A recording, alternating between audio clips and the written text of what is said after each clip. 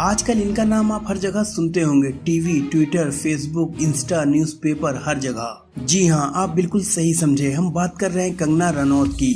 दोस्तों, सफलता पाने के लिए दिन रात मेहनत करनी पड़ती है और अगर बॉलीवुड की बात की जाए तो आपको सफलता हासिल करने के लिए सालों साल दिन रात मेहनत करनी होती है, जो कि हिमाचल प्रदेश के एक छोटे से गांव से उठकर आई इस लड़की ने करके दिखाया। ये सिर्फ पर्दे पर लक्ष्मीबाई का किरदार नहीं निभाती, बल्कि ऐसा लगता है कि ये पर्सनल लाइफ में भी लक्ष्मीबाई ही हैं। एक कहावत तो आपने जरूर सुनी होगी, बार बार न गिरने में कोई महानता नहीं है, लेकिन महान उसे कहते हैं जो बार बार गिरने के बाद भी दोबारा उठकर खड़ा हो जाता है। कंगना रनौत भी कई बार गिरी, लेकिन फिर दोबारा उठकर खड़ी हो गयी। तो आज की इस वीडियो में मैं आपको कंगना रनौत की कुछ ऐसी बातें बताने वाला हूँ जो शायद आपने पहले कभी नहीं सुनी होंगी। कंगना रनौत का जन्म 23 मार्च 1987 को हिमाचल प्रदेश के मंडी जिले के एक छोटे से गाँव भांबला में हुआ। उनकी माँ का नाम आशा रनौत है, जो कि एक स्कूल टीचर है, और पिता अमरदीप रनौत, जो कि एक बिजनेसमैन है।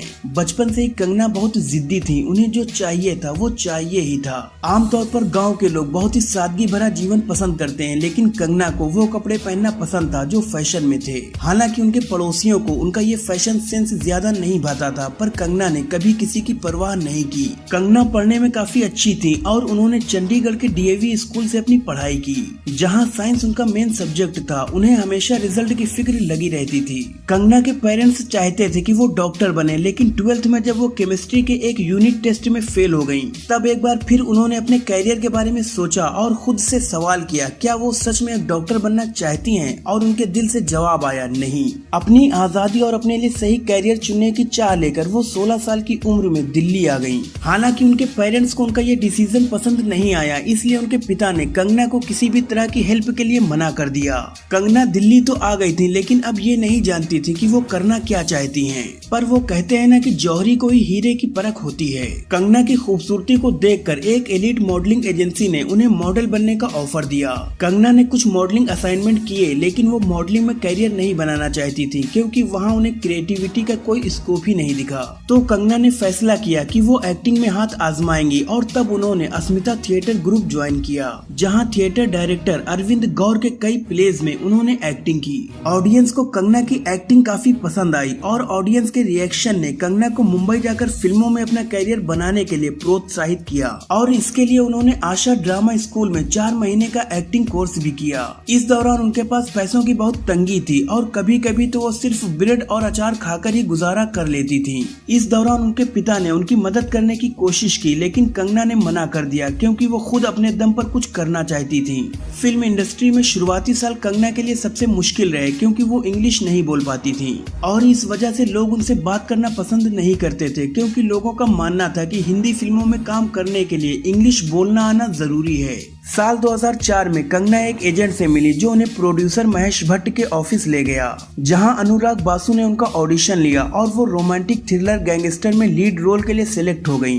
कंगना ने गैंगस्टर फिल्म में एक अल्कोहलिक लड़की का रोल निभाया था। इस किरदार को समझना और निभाना आसान नहीं था, और उस वक्त कंगना की उम्र सिर्फ 17 साल की थी, लेकिन उन्होंने इतनी जबरदस्त एक्टिंग की कि जब 2006 में ये फिल्म रिलीज हुई तो क्रिटिक्स और ऑडियंस ने कंगना की खूब तारीफें की, और उन्होंने इस फिल्म के लिए film fair award for best female के साथ साथ और भी कई सारे अवार्ड्स जीते। इसके बाद साल 2006 में ही उन्होंने मोहित सूरी की फिल्म वो लम्हे की, जिसमें एक बार फिर उनकी काफी तारीफ हुई। जिसके बाद उन्होंने शाका लाका बूम बूम, लाइफ इन अ मेट्रो, मधुर भंडारकर की फैशन, जो कि उनके करियर की लैंडमार्क साबित हुई, और फिर once upon a time in Mumbai जैसी फिल्मों में काम किया। उस दौरान वो स्ट्रगल ही कर रही थी। उन्हें सक्सेस 2013 में क्रिश 3 से मिली। 2014 में उन्होंने फिल्म क्वीन में काम किया, जिसके लिए उन्हें फिल्म फेयर अवार्ड और नेशनल अवार्ड मिला। तनु वेड्स मनु रिटर्न्स में उन्होंने अपना जलवा बिखेरा और फिल्म ने $33 मिलियन कमाए, और वो एक बार फिर नेशनल अवार्ड की हकदार बनी। कंगना ने अपनी जिंदगी के 10 साल इंडस्ट्री में अपनी पहचान बनाने के लिए लगा दिए। आखिरकार उनकी मेहनत रंग लाई और आज वो बॉलीवुड की हाईएस्ट पेड एक्ट्रेसेस में से एक हैं। उन्होंने 4 फिल्म फेयर अवार्ड और 3 नेशनल अवार्ड जीते।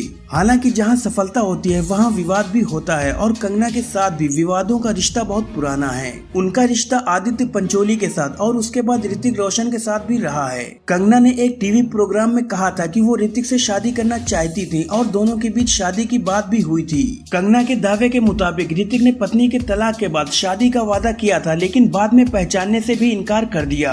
हालांकि कंगना और ऋतिक के बीच विवाद कोई नया नहीं है। काइट्स और क्रिश 3 में काम कर चुके ऋतिक और कंगना एक दूसरे को कानूनी नोटिस भी भेज चुके हैं। हालांकि ऋतिक कंगना से प्रेम संबंध को नकारते रहे हैं। इस पूरे विवाद में ऋतिक रोशन के पिता राकेश रोशन भी सामने आए थे और उन्होंने कहा था कि अगर ऋतिक सच बोलेगा तो लोग हैरान रह जाएंगे। ये बहुत ही बड़ा विवाद था जो कि आज तक नहीं सुलझाया गया। अब मैं आपको बताता हूँ कि कंगना और आदित्य पंचोली के बीच में क्या हुआ था।